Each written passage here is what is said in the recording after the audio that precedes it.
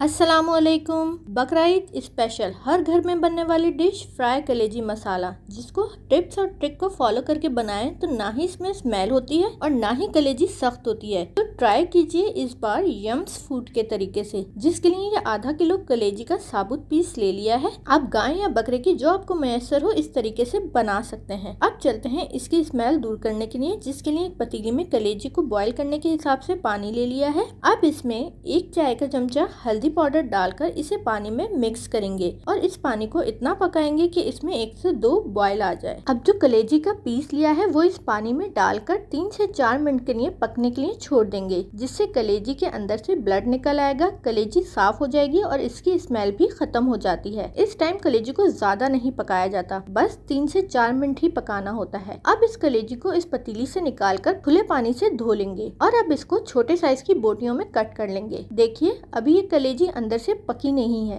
अब चलते हैं इसको पकाने की जाने, जिसके लिए कढ़ाई ले ली है। अभी फ्लेम ऑन नहीं किया है। अब इसमें जो कलेजी के छोटे पीसेस किए थे इसे डालेंगे। साथ ही इसके 1 चाय का चमचा भरकर लहसुन का पेस्ट, 1 चाय का चमचा भरकर अदरक का पेस्ट, 1 बड़े साइज की प्याज जिसे ग्रेटर की मदद से ग्रेट कर लिया है, ये 1 बड़े साइज का टमाटर जिसका पेस्ट बना लिया है, 1 चाय का चमचा या अपने जायके के हिसाब से कुटी हुई लाल मिर्च, 1 चाय का चमचा या अपने जायके के हिसाब से पिसी हुई लाल मिर्च, 1 खाने का चमचा पिसा हुआ धनिया, आधा चाय का चमचा हल्दी पाउडर और 1.5 चाय का चमचा या अपने जायके के हिसाब से नमक डालकर अब इस टाइम फ्लेम ऑन कर देंगे। अब इन तमाम अज्जा को कलेजी के साथ मिक्स करेंगे और इसे ढककर दरमियानी आंच पर 5 मिनट के लिए पकने के लिए छोड़ देंगे, ताकि टमाटर और प्याज से पानी निकल आए और कलेजी इस पानी में थोड़ी पक जाए। अब 5 मिनट बाद देखिए टमाटर और प्याज से कितना पानी निकल आया है। इसमें आधा कप तेल डाल रहे हैं। अब इस कलेजी और इसमें डाले गए तमाम मसालों को इतना भूनेंगे कि इसमें मौजूद तमाम इजाफी पानी खुश्क हो जाए, मसालों से कच्चेपन की खुशबू खत्म हो जाए, डाली गई प्याज और टमाटर बिल्कुल घुल जाए और तेल अलहदा हो जाए। देखिए तमाम इजाफी पानी खुश्क हो गया है, एक अच्छी सी ग्रेवी बन गई है और तेल भी अलहदा हो गया है। अब इसमें आधा कप यानी आधा पाव दही, 1 चाय का चमचा भुना कुटा जीरा,